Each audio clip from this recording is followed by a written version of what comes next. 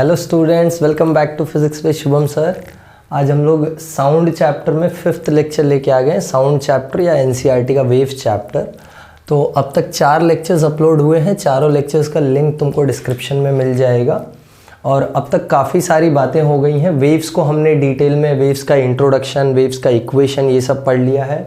फिर साउंड का स्पीड, फिर साउंड से रिलेटेड हम लोग ने एक पार्ट किया एको बहुत डिटेल में हमने पढ़ा है कि एको कैसे फॉर्म होता है और उसके लिए मिनिमम डिस्टेंस कितना चाहिए होता है। और जो खाली रूम में होता है वो एको नहीं होता है। जैसे खाली रूम में कभी तुम जाओ तो तुमको लगता है एको हो रहा है ना, बट वो एको नहीं होता है। वो भी हमने पढ़ा है, उसको रिवर्बरेशन बोलते हैं। तो पिछला लेक्चर काफ़ी डिटेल में किया है एको और रिवर्बरेशन के बारे में, तो उसको देखो अच्छे से, रिफ्लेक्शन ऑफ साउंड से रिलेटेड। आज के लेक्चर में हम लोग एक बहुत इंटरेस्टिंग इफेक्ट पढ़ने वाले हैं साउंड से रिलेटेड, जिसको बोलते हैं Doppler's effect. Doppler's effect in sound. क्या होता है डॉपलर्स इफेक्ट इन साउंड? देखो तुम ये डे टू डे लाइफ में एक्सपीरियंस करते हो, मेरे वीडियोस में भी एक्सपीरियंस करते हो। जब कोई सोर्स है साउंड का, सपोज जैसे ये एक सोर्स है जहाँ से साउंड प्रोड्यूस हो रहा है, इसको सुनो। देखो गाड़ी जैसे जैसे नज़दीक आ रहा है उसकी आवाज़ बढ़ रही है, अब जैसे जैसे दूर जा रहा है उसकी आवाज़ कम हो रही है। यही डॉपलर्स इफेक्ट है। अगर अपने पास एक सोर्स है और यहाँ तुम लिसनर हो, तुम सुन रहे हो, तो ये जो सोर्स साउंड प्रोड्यूस कर रहा है, इसका जो सुनाई देने वाला फ्रीक्वेंसी है ना, ये फ्रीक्वेंसी चेंज होता है अगर सोर्स या लिसनर में से कोई एक मूविंग हो या दोनों मूविंग हो और दोनों में रिलेटिव मोशन हो। जैसे फॉर एग्जांपल अगर सोर्स मूव करे, सुनो, ऑटो आया तो उसकी फ्रीक्वेंसी बढ़ी, ऑटो गया तो उसकी फ्रीक्वेंसी कम होने लगी, है ना। जैसे तुम कहीं खड़े हो, सपोज कोई एक रोड पे खड़े हो जाओ और दूर से कोई गाड़ी आ रही है, जैसे जैसे गाड़ी नज़दीक आएगी उसका साउंड बढ़ता जाएगा, फिर जैसे जैसे गाड़ी तुमसे दूर जाने लगेगी उसका साउंड कम होता जाएगा। ये जो साउंड का फ्रीक्वेंसी बढ़ रहा है, ये एक्चुअल फ्रीक्वेंसी नहीं बढ़ रहा है। अगर कार हॉर्न बजा रहा है वहाँ से, तो उतना ही इंटेंसिटी से वहाँ भी बजा रहा था, उतना ही इंटेंसिटी से यहाँ भी बजा रहा है, तुम्हारे नज़दीक भी। बट जब कार तुम्हारे नज़दीक है तो तुमको तेज़ सुनाई पड़ रहा है। क्यों? क्योंकि नज़दीक होने की वजह से जो साउंड का फ्रीक्वेंसी वो एपरेंट बढ़ जाता है। तो यहाँ एपरेंट फ्रीक्वेंसी का बात होता है। एपरेंट मतलब जो हमको सुनाई पड़ता है, जो हमको अपीयर होता है, वो फ्रीक्वेंसी। तो अगर ये सोर्स मूविंग है, जैसे इसको मैं बोल देता हूँ सोर्स, इसको मैं बोल देता हूँ लिसनर, तो the change in apparent frequency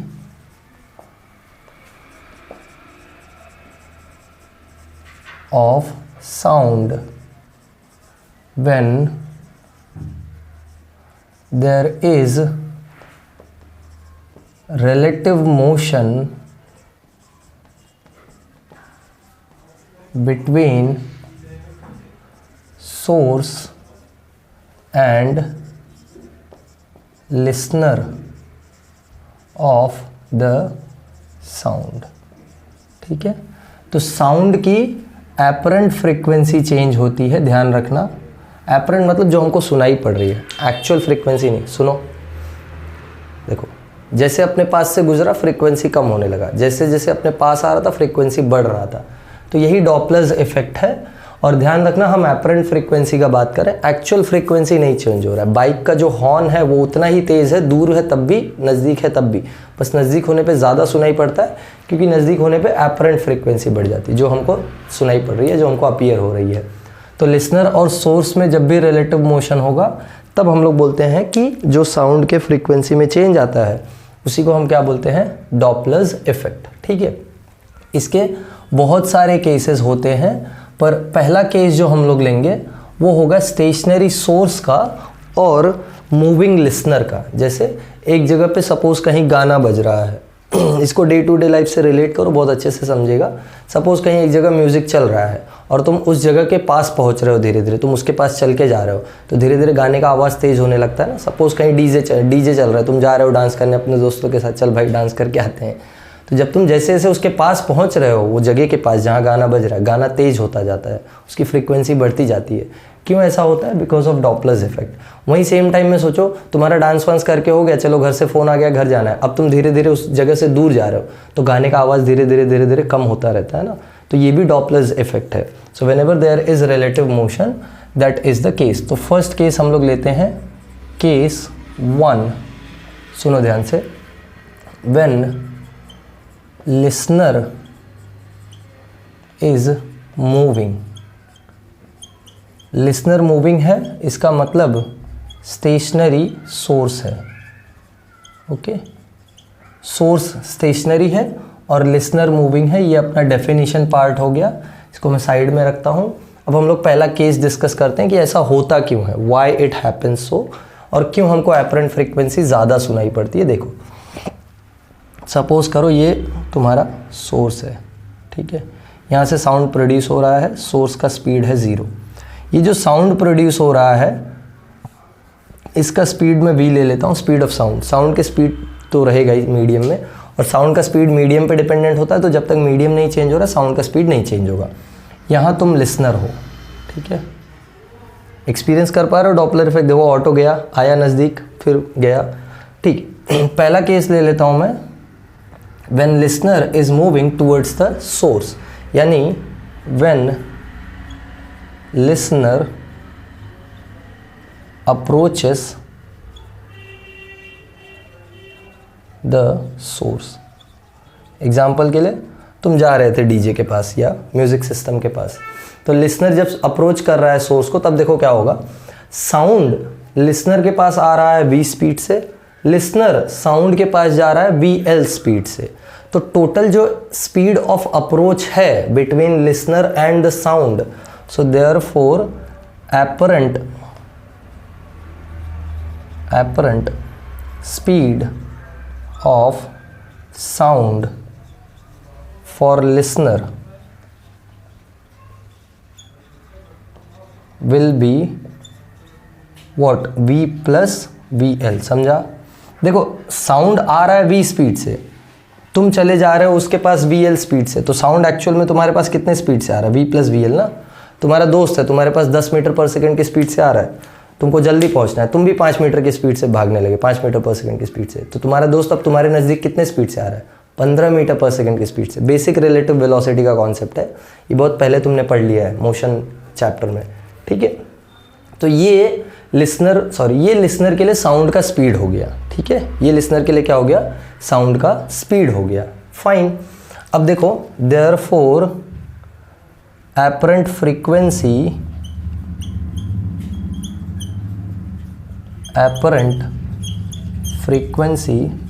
of the sound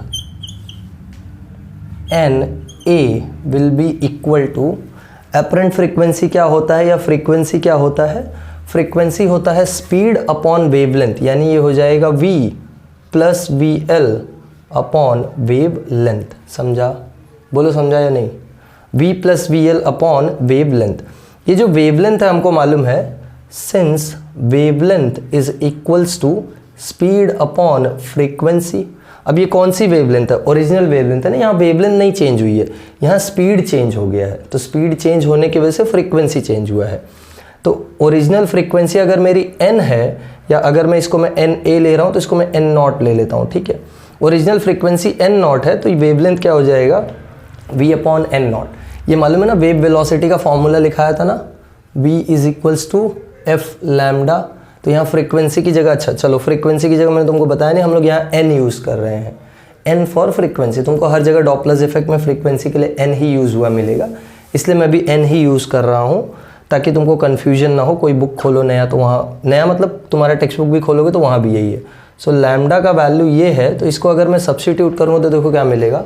therefore apparent frequency will be equals to v plus VL upon, क्या हो जाएगा लैम्डा की जगह, v upon n naught. So therefore NA is equals to v plus VL upon v times n not.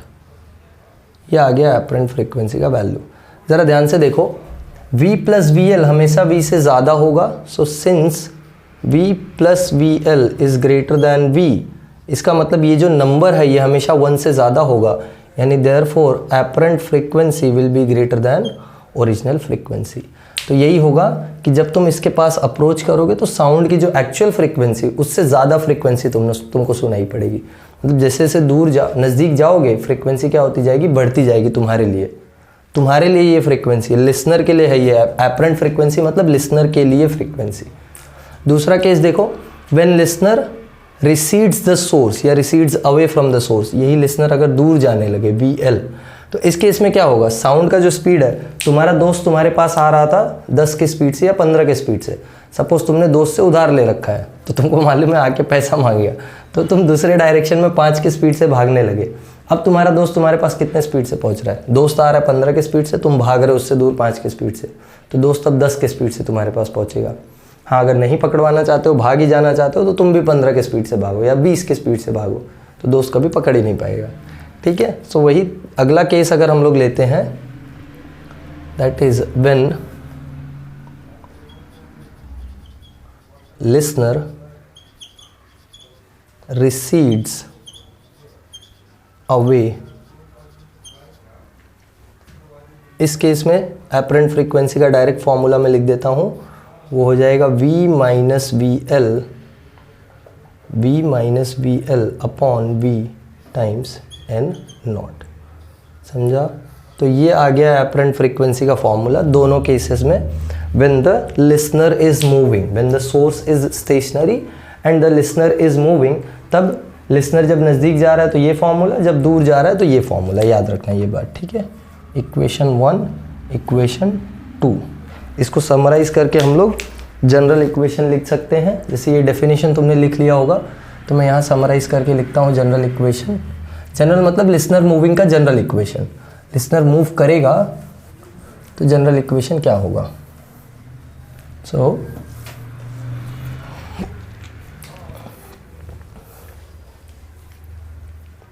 ज़्यादा गीला हो गया, ठीक है। सो व्हेन द लिसनर हो गया, देखो, ठीक है। When the listener is moving, listener moving के लिए एपरेंट फ्रीक्वेंसी जो होती है वो होती है original frequency times V plus minus VL upon V। समझा? यहाँ पे VL क्या है, VL is speed of listener,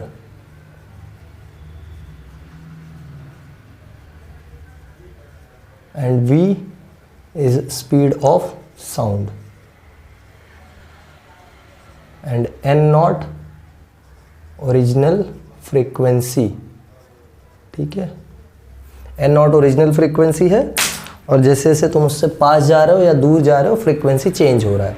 पास जाओगे तो फ्रीक्वेंसी बढ़ेगा, दूर आओगे या दूर जाओगे तो फ्रीक्वेंसी कम होगा। जैसे यहाँ V माइनस VL हमेशा V से छोटा होगा ना, so N apparent will be less than N naught।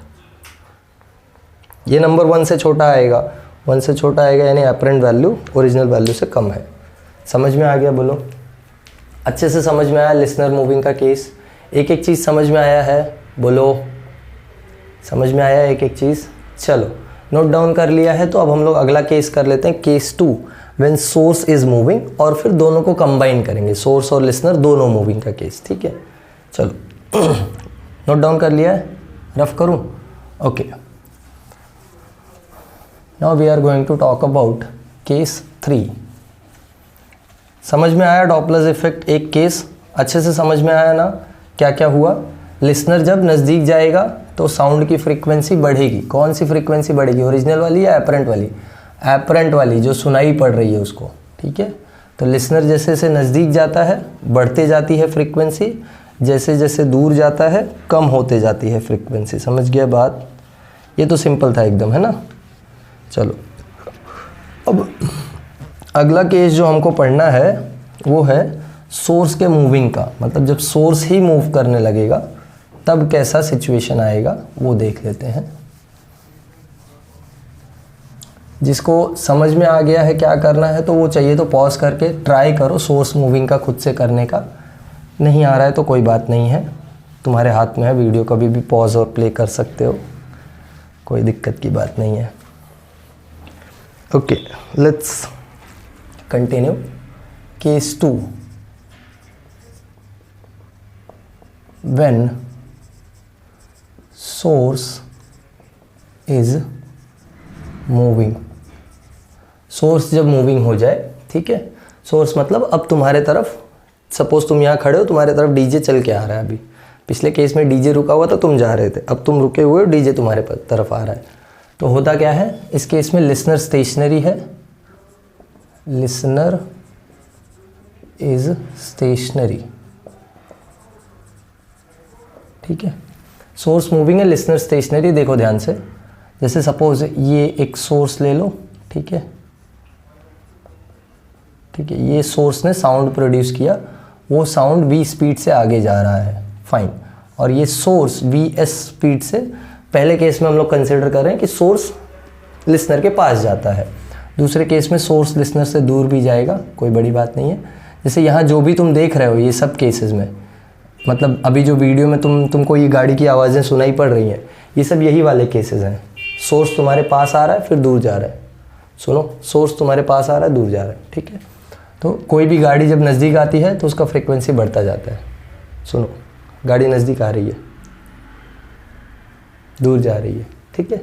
तो यहाँ लिसनर रुका हुआ है, VL इज़ 0 और सोर्स मूविंग है, सोर्स मूविंग है और साउंड का स्पीड तो V ही है, उसमें कोई चेंजेस नहीं है। देखो अब यहाँ पे होता क्या है, कैसे चेंजेस आएगा, ध्यान से समझना, इसको थोड़ा ट्रिकी पार्ट है, समझो।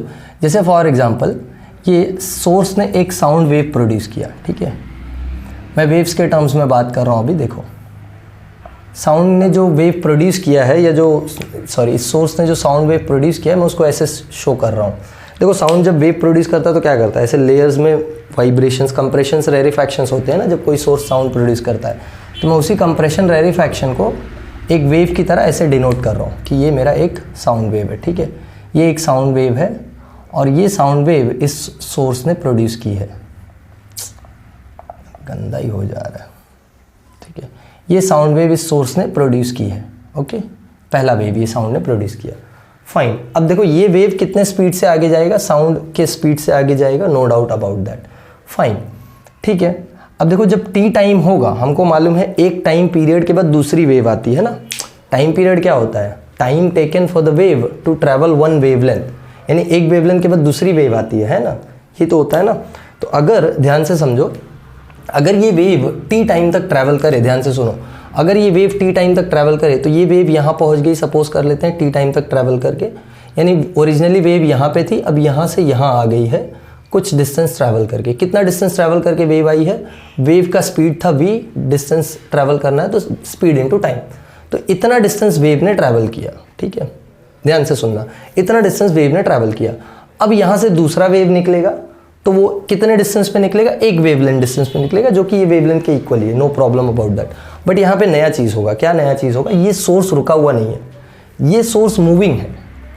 पहले सोर्स यहाँ पे था जहाँ से वेव निकल रही है, यहाँ पहले सोर्स था।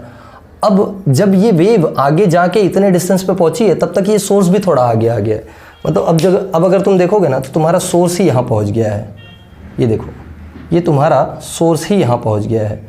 अब ये सोर्स यहाँ पहुँच गया है तो ये सोर्स अगली वेव यहाँ से निकालेगा, अरे हाँ या ना, सोर्स थोड़ी ना पीछे से वेव निकालेगा, सोर्स अगली वेव यहाँ से निकालेगा। अब अगर सोर्स ने अगली वेव यहाँ से निकाली है, ध्यान से देखो, अगर सोर्स ने अगली वेव यहाँ से निकाली है तो जो नई वेवलेंथ है, वेवलेंथ क्या होता है, distance between two waves, two successive waves को ही डिस्टेंस वेवलेंथ बोलते हैं ना। तो नई जो वेवलेंथ है वो ये हो गई, ध्यान से समझो, पहले ओरिजिनल वेवलेंथ इतनी थी, अब नई वेवलेंथ ये हो गई है। कितना होगा ये, ज़रा ध्यान से समझ लो, रेफरेंस के लिए देखो, रेफरेंस के लिए ये ओरिजिनल डिस्टेंस पकड़ लेते हैं, ठीक है। इस ओरिजिनल डिस्टेंस से ये वाली वेव ने v into T distance travel किया, fine, no questions about that. दूसरा, इस ओरिजिनल पॉइंट से सोर्स ने कितना डिस्टेंस ट्रैवल किया वो हमको फाइंड करना है, यानी ये वाला डिस्टेंस दिख रहा है, ये डिस्टेंस जो सोर्स ने फाइंड कवर कर लिया है, ये डिस्टेंस कितना होगा, सोर्स का स्पीड है vs, और कितने टाइम बाद हम ये सब देख रहे हैं, एक टाइम पीरियड के बाद, यानी सोर्स ने डिस्टेंस ट्रैवल कर लिया vst। ध्यान से सुनो, समझ में आया,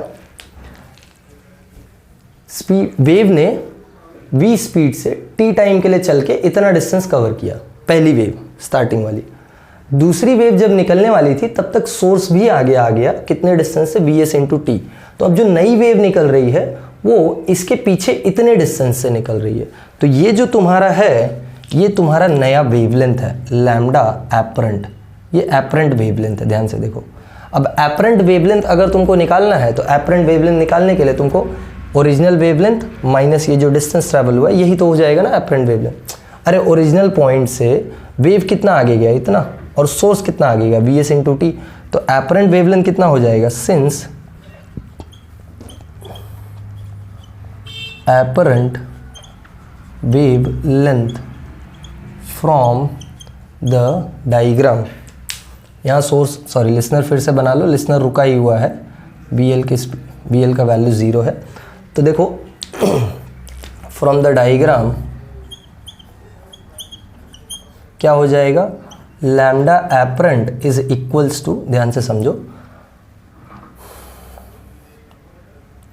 lambda apparent is equals to original lambda V T minus V S T. So V T minus, देखो वी टी को मैं सफिक्स डाल के लिख रहा हूँ, सॉरी, ये हो जाएगा v into T minus V S into T, समझा। t कॉमन ले लो, तो t कॉमन लोगे तो क्या हो जाएगा, t कॉमन लोगे तो v minus V S into T, समझ में आ गया, ध्यान से देखो, समझ में आ गया। ये t क्या है, t ओरिजिनल टाइम पीरियड है, ध्यान देना, t तुम्हारा ओरिजिनल टाइम पीरियड है। चलो, so therefore apparent wavelength will be equal to, अच्छा एक बात बताओ, थोड़ा सोच लो इस बारे में, सोर्स मूव कर रहा है, क्या उससे साउंड की स्पीड चेंज होगी? जैसे पिछले वाले केस में साउंड की एपरेंट स्पीड चेंज हुई थी, यहाँ पे सोर्स मूविंग है, तो क्या साउंड की एपरेंट स्पीड चेंज होगी? ध्यान से समझो, इस लिसनर के लिए साउंड की स्पीड चेंज होगी क्या, मैं वो पूछ रहा हूँ। नहीं चेंज होगी। क्यों नहीं चेंज होगी पता है? क्योंकि इस बार जो साउंड है तुम्हारा वो मीडियम में v स्पीड से चल रहा है, बट लिसनर रुका हुआ है ना, तो साउंड अभी भी v स्पीड से ही चल रहा है, रिलेटिव वेलोसिटी कोई है ही नहीं साउंड के लिए, ये लिसनर मूव नहीं कर रहा है। तुम बोलोगे सर सोर्स तो मूव कर रहा है, अरे पर साउंड सोर्स के ऊपर बैठ के थोड़ी आ रहा है, सोर्स से एक बार एमिट हो गया साउंड, तो अब साउंड इंडिपेंडेंटली मीडियम में चल रहा है, अपने स्पीड से ही मीडियम में चले जा रहा है, उसका सोर्स से कोई लेना देना नहीं। एक बार सोर्स से साउंड एमिट हो गया तो अब सोर्स के बाउंड्री में नहीं है, सोर्स चाहे कुछ भी स्पीड से चले, चाहे सोर्स आगे जाए या पीछे जाए, साउंड की स्पीड में कोई चेंज नहीं आएगा। समझा क्या बोला? समझा क्या बोला? देखो ये सोर्स ने साउंड एमिट कर दिया, ये वेव एमिट कर दी, अब ये वेव इंडिपेंडेंटली चल रही है ना, सोर्स से लेना देना थोड़ी है। सोर्स आए कि रुक जाए क्या फ़र्क पड़ता है? सोर्स आए कि रुक जाए क्या फ़र्क पड़ता है? सोर्स यहाँ रुका रह सकता है या यहाँ से आगे जा सकता है, यहाँ से पीछे जा सकता है, कुछ भी करे सोर्स।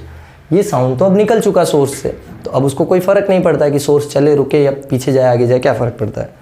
सो देयरफॉर एपरेंट फ्रीक्वेंसी अगर हम लोग निकालेंगे तो स्पीड उतनी ही है ओरिजिनल, बस चेंज क्या हो गया है, वेवलेंथ।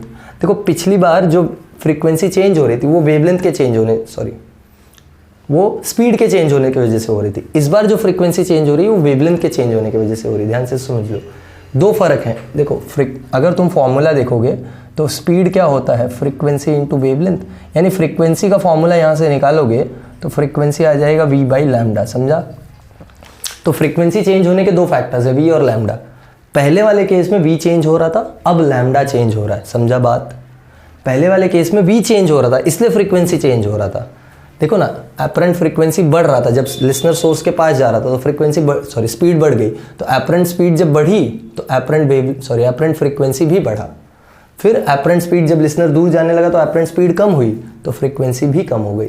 यहाँ उल्टा हो रहा है, यहाँ देखो वेवलेंथ छोटा हो गया, अभी छोटा हुआ या नहीं? ओरिजिनल वेवलेंथ वी टी था, अभी वी एस टी उसमें से माइनस हो गया। देखो ना, ओरिजिनल वेवलेंथ इतना था, अभी फाइनल या अभी का वेवलेंथ इतना है, तो वेवलेंथ यहाँ पे कम हुआ है, तो यहाँ से एपरेंट फ्रीक्वेंसी का फॉर्मूला निकालोगे तो क्या आ जाएगा बोलो, v अपॉन लैम्डा ए की जगह तुम क्या डालोगे, v minus V S into T.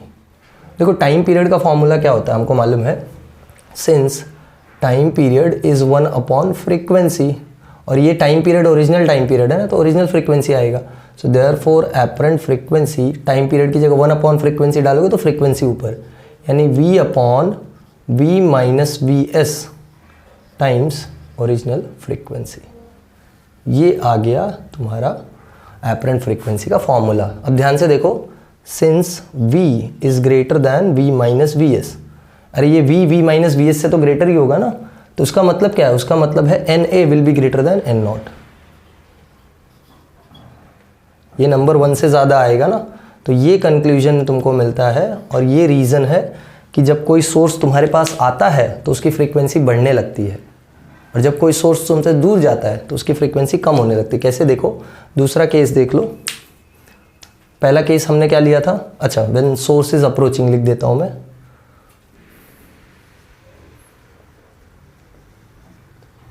Approaching source, जैसे रिक्शा आके गया ठीक है। दूसरा केस देखो, दूसरा केस है व्हेन सोर्स रिसीड्स अवे, जब सोर्स दूर जाता है। मैं यहीं पे बता देता हूँ, थोड़ा ध्यान से देख लो ये डायग्राम से। जब ये सोर्स दूर जाएगा, पहले ये सोर्स यहाँ पे था, ठीक है, इस सोर्स ने एक वेव एमिट की, ये वेव यहाँ से यहाँ तक गई। देखो एक टाइम पीरियड के बाद मैं देखूँ तो एक टाइम पीरियड के बाद वेव यहाँ पहुँच गई है, ठीक है, बट ये सोर्स अब दूर जा रहा है ना, तो ये सोर्स का स्पीड है। देखो जब ये वेव यहाँ से यहाँ तक पहुँच गई है तो ये ओरिजिनल वेवलेंथ था, समझा, ये इतना ओरिजिनल वेवलेंथ था, कितना था ये v/t। अब क्या हुआ, अब सोर्स सपोज दूर चला गया है, सोर्स यहाँ चला गया है, समझा, तो अब ये सोर्स नई वेवलेंथ यहाँ से एमिट करेगा ना। तो अब देखो जो अभी नई वाली वेवलेंथ है, पहले इतनी थी वेवलेंथ, अब इतनी हो गई, बढ़ गई है। तो सोर्स ने ये जो डिस्टेंस ट्रैवल किया, ये कितना डिस्टेंस है, ये है vs/t ना, तो यानी अब vt में vs/t ऐड होगा, तो नया जो वेवलेंथ आएगा एपरेंट वेवलेंथ, वो हो जाएगा vt + vst, समझा।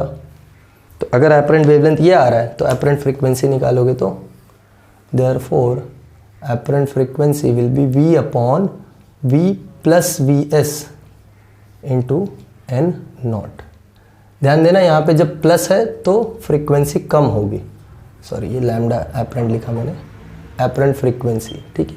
ध्यान से देख लो, since v is less than v + vs, यानी therefore apparent frequency is less than original frequency, यानी जब सोर्स तुमसे दूर जाता है तो फ्रीक्वेंसी कम होने लगती है। So final result, when source is moving, जब सोर्स मूविंग हो जाता है तो apparent frequency is v/v - +vs × original frequency.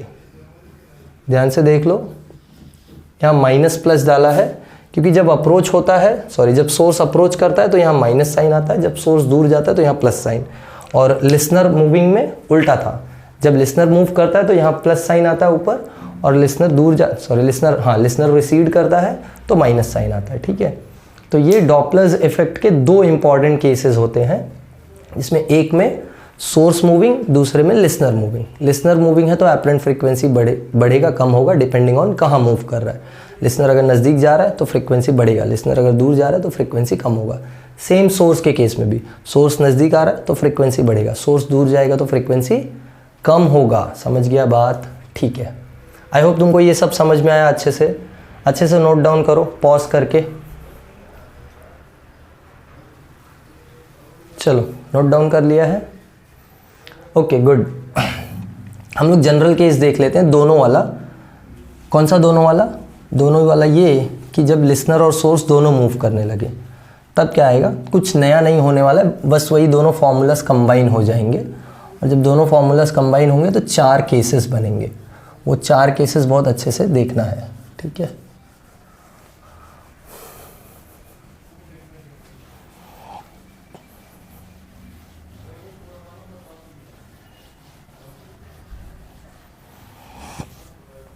जब दोनों का मोशन होने लगे, ध्यान से समझ लो, दोनों का जब मोशन होने लगेगा तब फॉर्मूला कैसे होगा। So case 3,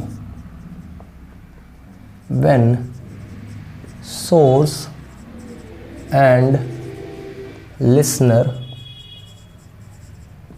both are moving, ठीक है। जब दोनों मूव कर रहे हैं तब जो एपरेंट फ्रीक्वेंसी का फॉर्मूला आता है वो आता है v ± vl upon v - vs times original frequency. ये तुम्हारा फॉर्मूला है, ध्यान से समझ लो, ठीक है। ये तुम्हारा फॉर्मूला है एपरेंट फ्रीक्वेंसी का, and this is very very important. इसमें 4 केसेस है। कौन कौन से 4 केसेस देखो। पहला केस प्लस माइनस वाला, दूसरा केस माइनस माइनस वाला, तीसरा केस प्लस प्लस वाला, चौथा केस माइनस प्लस वाला। समझा? तो इसमें पहला केस देखो, पहला case is if apparent frequency is V plus VL upon V minus VS times original frequency. इसका मीनिंग क्या है समझ लो। इसका मीनिंग देखो, हमको मालूम है ये ऊपर प्लस कब लगाते हैं, जब लिसनर सोर्स की तरफ जाता है ना, और यहाँ नीचे माइनस कब लगाते हैं, जब सोर्स लिसनर की तरफ आता है। यानी when source and listener are approaching each other, ध्यान से देख लो, जब दोनों एक दूसरे की तरफ जाएंगे तब ये फॉर्मूला लगेगा। जब दोनों एक दूसरे की तरफ जाएंगे, when source and listener are approaching each other, तब ये फॉर्मूला लगेगा। दूसरा case, if NA is equals to minus minus, यानी V minus VL upon V minus VS times N naught. देखो यहाँ माइनस कब लगता है, जब लिसनर दूर जाता है। यहाँ माइनस कब लगता है, जब सोर्स पास में आता है। यानी ये कौन सा केस है, ये है when listener moves away from source but source is moving towards listener. समझा? मतलब तुम भाग रहे हो और तुमको कोई डीजे वाला दौड़ाया हुआ है तुमने उसको बोला डीजे वाले बाबू मेरा गाना बजा दो, तो अब वो तुमको दौड़ा दौड़ा के तुम्हारा गाना बजा रहा है और तुम भागे जा रहे हो उससे। तो तुम तो दूर भाग रहे हो पर वो तुम्हारे पास आ रहा है या तुमको अप्रोच कर रहा है। तो ये केस होता है। समझा? डिपेंड करेगा ना। अब देखो ना, इसमें रिजल्ट क्या आएगा। तुम बोलोगे सर इसमें फ्रीक्वेंसी बढ़ी हुई दिखाई सुनाई पड़ेगी या कम हुई, तो ये तुम डिसाइड कर लो। अगर तुम्हारे भागने का स्पीड ज़्यादा है और उसके अप्रोच का स्पीड कम है तो फ्रीक्वेंसी कम होती रहेगी धीरे धीरे। और अगर तुम भाग रहे हो, वो तुमसे तेज़ भाग रहा है, तुम्हारे नज़दीक आ रहा है, वो तुमको अप्रोच कर रहा है, तो फ्रीक्वेंसी बढ़ेगी। सिंपल एज दैट कोई गाड़ी वाला तुमको दौड़ा रहा है ना, जैसे तुमने कुछ किया कांड और कोई गाड़ी वाला तुमको हॉर्न मारते हुए दौड़ा रहा है, तुम गाड़ी वाले से अगर तेज़ भाग रहे हो तो वो हॉर्न धीरे धीरे स्लो होता जाएगा, और गाड़ी वाला अगर तेज़ आ रहा है तो हॉर्न धीरे धीरे बढ़ता जाएगा। Simple as that. चौथा case, if NA is equals to, अब देखो प्लस माइनस वाले हो गया, अब माइनस माइनस वाला केस, नहीं माइनस माइनस वाला भी हो गया ना, ठीक है। अब इसके साथ प्लस प्लस वाला case, so if V plus VL upon V plus VS times N naught. देखो प्लस कब लगता है, जब लिसनर जाता है सोर्स की तरफ, और यहाँ नीचे प्लस कब लगता है, जब सोर्स दूर भागता है लिसनर से।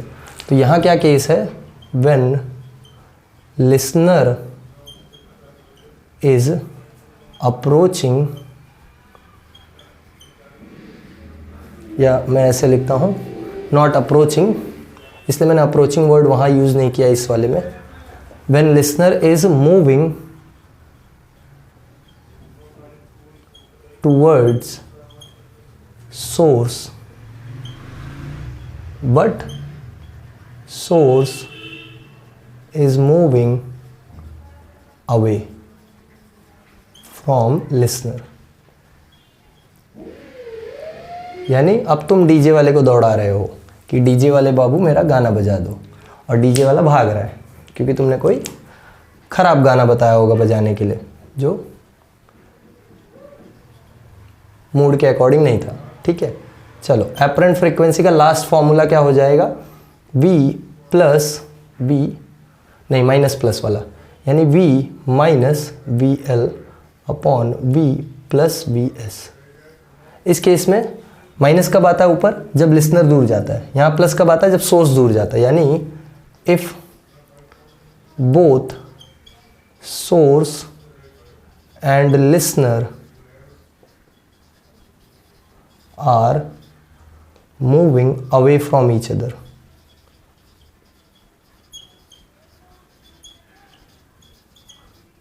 यानी अब दोनों एक दूसरे से दूर जा रहे हैं। ठीक है, तो ये केस आता है। यानी ऐसे 4 केसेस बनते हैं डिपेंडिंग ऑन क्या सिचुएशन चल रहा है। तुम निकाल सकते हो श्योर शॉट कि क्या आएगा। जैसे इस वाले में तो श्योर शॉट है कि जब दोनों एक दूसरे की तरफ आ रहे हैं तो एपरेंट फ्रीक्वेंसी बढ़नी ही है, NA will always be greater then N0। वैसे यहाँ पे NA will always be less than N0। इनके बारे में तुम श्योर नहीं हो सकते, इन दोनों के बारे में तुम श्योर हो। देखो जब एक दूसरे की तरफ आएंगे तो कंफर्म है कि बढ़ेगा, एक दूसरे से दूर जाएंगे तो कंफर्म है कि कम होगा। बट इस वाले केस में पता नहीं है कि एक दूसरे की तरफ आ रहे हैं या दूर जा रहे हैं। जैसे देखो ये हमने लिखा है listener moves away but source is moving towards the listener. तो अगर सोर्स, अभी बताया ना मैंने केस, सोर्स अगर ज़्यादा स्पीड से आ रहा है, तुम भागने का ट्राई कर रहे हो सोर्स से दूर, बट सोर्स ज़्यादा स्पीड से आ रहा है, तो अब ये अप्रोच वाला केस हो गया, तो यहाँ बढ़ेगा। दूसरा इसमें केस होगा कि सोर्स तुम्हारी तरफ आ रहा है, तुम ज़्यादा स्पीड से भाग रहे हो, अब सोर्स और तुम्हारे बीच का डिफरेंस बढ़ते जा रहा है, तो ये कम भी होने लगेगा एपरेंट फ्रीक्वेंसी। तो यहाँ दोनों पॉसिबल केसेस हैं, सेम वे में यहाँ भी, सेम वे में यहाँ भी। इस बार सोर्स दूर भाग रहा है, तुम उसके नज़दीक जा रहे हो, तो फिर वही कहानी, सोर्स हो सकता है कम स्पीड से जाए, तुम ज़्यादा स्पीड से उसके पास पहुँच रहे हो तो बढ़ेगा। अगर सोर्स ज़्यादा स्पीड से निकल गया आगे, तुम कम स्पीड से पीछा कर रहे थे तो कम होगा, सिंपल एज दैट। तो ऐसे 4 केसेस डॉपलर इफेक्ट में होते हैं, बड़े इंपॉर्टेंट हैं ये डॉपलर इफेक्ट के केसेस, तुम डे टू डे लाइफ में याद रखना ये चीज़। और एक बहुत इंपॉर्टेंट बात ध्यान रखो, Doppler effect takes place along the line joining the source and listener। ये बहुत इंपॉर्टेंट बात है। देखो क्या है, जैसे फॉर एग्जांपल ये एक सोर्स है, सुनो ध्यान से, एक गाड़ी है जो ऐसे इधर जा रही थी कुछ स्पीड से, VS स्पीड से, ये डायरेक्शन में जा रही थी, कोई प्रॉब्लम नहीं है। यहाँ कोई लिसनर है, ठीक है, कोई लिसनर है जो इस डायरेक्शन में मूव कर रहा है। तुमको जो डॉपलर इफेक्ट अप्लाई करना है, या तुम्हारे लिए जो डॉपलर इफेक्ट है वो हमेशा इस लाइन के अकॉर्डिंग होगा। यानी तुम इस वेलोसिटी का एक कंपोनेंट निकालोगे इसके अलोंग, इस वेलोसिटी का एक कंपोनेंट निकालोगे इसके अलोंग। अब जो ये VS का कंपोनेंट, जैसे फॉर एग्जांपल यहाँ ये θ1 है तो यहाँ ये आ जाएगा VS cos θ1, यहाँ अगर ये θ2 है तो यहाँ आ जाएगा VL cos θ2। अब VS cos θ1 और VL cos θ2 के साथ तुम वैसा ही एनालिसिस करोगे जो तुमने यहाँ पे VL और VS के साथ किया था। बस फ़र्क याद रखना कि VL और VS का हम वो कंपोनेंट ले रहे हैं जो इस लाइन के अकॉर्डिंग है या इस लाइन के अलोंग है। तो डॉपलर इफेक्ट हमेशा हम लोग उस लाइन में लेते हैं जिस लाइन में दोनों सोर्स और लिसनर हैं। इस लाइन से हमको कोई लेना देना नहीं, कहाँ दोनों एक्चुअल जा रहे हैं उससे कोई लेना देना नहीं, हमको सिर्फ इससे लेना देना है कि दोनों किस लाइन में लाई कर रहे हैं, उसी लाइन के अलोंग अपना डॉपलर इफेक्ट वैलिड है। समझ में आ गई बात? बोलो। और ये सब चीज़ और एक याद रखना, डॉपलर इफेक्ट वैलिड कब होता है? डॉपलर इफेक्ट वैलिड तब होता है जब ये सोर्स और लिसनर का स्पीड साउंड की स्पीड से कम हो। सोर्स और लिसनर का स्पीड साउंड की स्पीड से कम हो। अब जैसे कोई गाड़ी है जो तुम्हारी तरफ 20 मीटर पर सेकंड की स्पीड से आ रही है और जो साउंड वो एमिट कर रहे हैं उसका स्पीड 340 मीटर पर सेकंड है, तब ये चीज़ वैलिड है। वहीं पे कोई सुपरसोनिक जेट है जो तुम्हारी तरफ 500 मीटर पर सेकंड की स्पीड से आ रहा है और साउंड का स्पीड है 340 मीटर पर सेकंड, तब डॉपलर इफेक्ट एप्लीकेबल नहीं होता है। सुना क्या बोला? तब डॉपलर इफेक्ट एप्लीकेबल नहीं होगा। तब तुमको जेट का साउंड जल्दी सुनाई पड़ेगा और जो साउंड उसने वहाँ से एमिट किया था वो बाद में सुनाई पड़ेगा। तब डॉपलर इफेक्ट एकदम ही बेकार हो जाएगा, मतलब तब वो डॉपलर इफेक्ट नहीं रह जाता है, तब वो अलग इफेक्ट हो जाता है। ठीक है, तो डॉपलर इफेक्ट तभी तक वैलिड है till speed of sound is speed of listener and source is much less than speed of sound. ध्यान रखना ये बात, ठीक है? बोलो समझ में आया? मैं यहाँ पे चाहिए तो ये बात लिख देता हूँ, मैं लिख के देता हूँ ये बात पंकज त्रिपाठी की तरह। देखो, Doppler's effect is valid only when speed of source and speed of listener are much smaller than speed of sound. या चाहिए तो मैं लिख देता हूँ वर्ड्स में। देखो वर्ड्स में क्या लिखूँ मैं? वर्ड्स में लिखता हूँ only when speed of source and listener are much smaller than speed of sound. समझा? तभी डॉपलर इफेक्ट वैलिड है। ओके एक और बहुत इंटरेस्टिंग चीज़ है called as Doppler effect in light. Doppler effect in light क्या होता है? Doppler effect in light astronomy का पार्ट है। थोड़ा तुमको इंट्रोडक्शन होता है बुक्स में तो मैं दे देता हूँ, बाकी कभी इस पे डिटेल में बात करूँगा जब मैं अपना लेक्चर सीरीज स्टार्ट करूँगा। तुमने अगर देखा हो तो मैंने एक शॉर्ट वीडियो बना के डाला है लेक्चर सीरीज़ के बारे में कि कब मैं लेक्चर सीरीज स्टार्ट करूँगा। तो जब वो लेक्चर सीरीज स्टार्ट होगा तो मैं उस पर डिटेल में बात करूँगा एस्ट्रोनॉमी से रिलेटेड। बट अभी फ़िलहाल के लिए तुमको इंट्रोडक्शन दे देता हूँ। देखो डॉपलर्स इफेक्ट इन लाइट। क्या होता है डॉपलर इफेक्ट इन लाइट? जैसे यहाँ कोई सपोज कर लो कोई स्टार है, ठीक है, ये स्टार है। ओके ऐसा स्टार का शेप होता है अपने हिसाब से, स्कूल में पढ़ाया गया, हमको बनाना भी सिखाया गया है। ठीक है चलो मैं स्टार बना देता हूँ जैसे तुमको हाथ पे मिलता था। ये स्टार है, ठीक है, और ये अर्थ का सरफेस है। यहाँ अर्थ के सरफेस पे तुम एक टेलीस्कोप लगा के, तुमको काफ़ी शौक है, तुमने टेलीस्कोप लगाया और टेलीस्कोप लगा के तुम इस स्टार को ऑब्जर्व कर रहे हो। ठीक है ये 2 स्टैंड के हिसाब से या 3 स्टैंड खड़ा कर दो टेलीस्कोप, और ये स्टार को तुम ऐसे ऑब्जर्व कर रहे हो। ठीक है स्टार से आने वाली ये लाइट है। ध्यान देना मैं क्या बता रहा हूँ, सुनो अच्छे से। अब जब ये स्टार से निकलने वाली जो लाइट है, सपोज जैसे लाइट की ये वेव ऐसे निकल के आ रही है तुम्हारे पास, ठीक है, तुम इसको ऑब्जर्व कर रहे हो। अब अगर ये स्टार, ध्यान से समझो, अगर ये स्टार तुम्हारे पास आ रहा है, अगर ये स्टार तुम्हारे पास आ रहा है तो जो लाइट स्टार से आ रही है उसका कलर ब्लू होने लगेगा। उसका कलर क्या होने लगेगा? ब्लू होने लगेगा। देखो क्या, ध्यान से समझ लो, ये वही लिसनर और सोर्स वाला केस समझो। यहाँ अब ये क्या है? ये है ऑब्जेक्ट, ठीक है, ये ऑब्जेक्ट है, ये ऑब्जर्वर है। ध्यान से समझो, तो यहाँ ऑब्जर्वर को हम स्टेशनरी कंसिडर करें, ऑब्जेक्ट मूविंग है। ऑब्जेक्ट मूविंग है, या जैसे वहाँ पे सोर्स मूविंग होता था तो यहाँ पे ऑब्जेक्ट मूविंग है। ऑब्जेक्ट ही तो सोर्स है ना लाइट का। अब जब सोर्स नज़दीक आता है तो वेवलेंथ छोटी होती है, याद है हमने देखा अभी डॉपलर इफेक्ट में। तो ये जब ये जो सोर्स नज़दीक आएगा तो वेवलेंथ छोटी होगी। तुमको मालूम है विजिबल लाइट में जो वेवलेंथ का वो होता है ऑर्डर, वो ऐसे होता है विब की ओर। जैसे जैसे यहाँ जाते हो वेवलेंथ बढ़ती है। यानी अगर सपोज वाइट लाइट आ रही है, सपोज जैसे रेड लाइट आ रही थी, तो अगर वो नज़दीक आने लगेगी या जब ये स्टार नज़दीक आएगा, सोर्स नज़दीक आ रहा है, तो इस टाइम वेवलेंथ छोटी होगी। तो वेवलेंथ छोटी होगी मतलब इस तरफ जाएगी। इसको बोलते हैं blue shift. When the source of light is approaching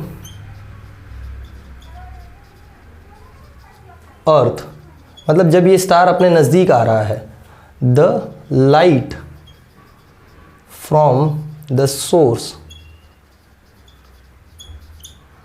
becomes blue shifted या becomes bluish। इसको बोलते हैं ब्लू शिफ्ट। ठीक है ये लाइट ब्लूइश होने लगती, क्यों? क्योंकि इसकी वेवलेंथ छोटी हो रही है, छोटी वेवलेंथ इस तरफ जा रही है। ठीक है वैसे ही when the source of light is receding from earth, the light from the source becomes reddish। From the source becomes reddish। ये रेडिश कहाँ पे होता है? रेडिश हवा में नहीं हो जाता है। रेडिश जब तुम ऑब्जर्व करते हो तो तुमको रेडिश दिखाई पड़ेगा, और इस वाले केस में जब तुम ऑब्जर्व करोगे तो तुमको ब्लूइश दिखाई पड़ेगा। इसको बोलते हैं रेड शिफ्ट। ये जो डिस्कवरी थी ना, ये बहुत बड़ी डिस्कवरी है। डॉपलर की जो डिस्कवरी थी या डॉपलर इफेक्ट का जो डिस्कवरी था लाइट में, बहुत बड़ा डिस्कवरी था। इससे हम बता सकते हैं कि कोई गैलेक्सी अपने नज़दीक आ रही है या अपने से दूर जा रही है, कोई स्टार हमसे नज़दीक आ रहा है या हमसे दूर जा रहा है, कोई स्टार या कोई जैसे कॉमेट है, वो कॉमेट अपने पास कितने टाइम में पहुंचेगा। जैसे हमने कॉमेट का टाइम पीरियड वगैरह नोटिस कर रखा है। अभी जैसे 3 फरवरी को एक कॉमेट आने वाला है जो 55,000 साल में एक बार आता है। तो 3 फरवरी, 2 से 3 फरवरी को तुमको नाइट स्काई में दिखाई पड़ेगा वो कॉमेट, तो देख लेना। ठीक है तो ये जो चीज़ें हैं हम कैसे कैलकुलेट कर पाते हैं कि हाँ ये इतने टाइम में यहाँ पहुँचेगा? It is because of the Doppler shift. हम डॉपलर इफेक्ट कैलकुलेट करते हैं, डॉपलर इफेक्ट से फाइंड आउट करते हैं कितना रेड शिफ्ट आ रहा है, कितना ब्लू शिफ्ट आ रहा है, उससे हम स्पीड कैलकुलेट कर लेते हैं कि इतने स्पीड से ये अप्रोच या रिसीड कर रहा होगा। जैसे ब्लू शिफ्ट आया तो अप्रोच कर रहा है, रेड शिफ्ट आया तो रिसीड कर रहा है या दूर जा रहा है हमसे, तो ये चीज़ हम कैलकुलेट कर पाते हैं। जैसे फॉर एग्जाम्पल हमको मालूम है एंड्रोमेडा गैलेक्सी अपने नज़दीक आ रही है around 2.5 million kilometres per hour के स्पीड से, 1 घंटे में 2.5 मिलियन किलोमीटर्स के स्पीड से अपने नज़दीक आ जा रही है। अराउंड 5 बिलियन ईयर्स में एंड्रोमेडा गैलेक्सी और अपना मिल्की वे गैलेक्सी कोलाइड हो जाएगा। तो ये सब चीज़ हम कैसे बता पाते हैं, ये सब चीज़ हम बता पाते हैं डॉपलर इफेक्ट से। Okay, so these are very interesting things, will discuss it in detail some other time, but तुम्हारे चैप्टर में जितना है उतना मैंने तुमको ऊपर से इंट्रोडक्शन बताया है। फिलहाल के लिए तुम्हारे चैप्टर में ये ज़्यादा इंपॉर्टेंट है, इस पे तुमको क्वेश्चंस मिलेंगे, इससे क्वेश्चंस नहीं मिलेंगे क्योंकि इसका तुमको फॉर्मूला मैंने नहीं दिया है, तो इससे तुमको फॉर्मूला भी नहीं है इसका, बस इसका तुमको जानकारी होना चाहिए। ठीक है, जब सोर्स अपने नज़दीक आता है तो क्या होता है ब्लू शिफ्ट, जब सोर्स अपने से दूर जाता है तो क्या होता है रेड शिफ्ट, बस इतना याद रखना। ठीक है, तो ये सब कुछ था Doppler effect in light, sorry Doppler effect in sound and light के बारे में। तुम्हारे चैप्टर में डॉपलर इफेक्ट जितना है वो पूरा मैंने बता दिया है, तो एक एक चीज़ डिटेल में पढ़ा है। आई होप तुमको समझ में आया होगा। एक भी कुछ डाउट है छोटा मोटा तो मुझे कमेंट में बिंदास बताओ, सब कुछ समझ में आया तो भी मुझे कमेंट में बिंदास बताओ। And I will see you all in next video. Bye everyone, have a good day.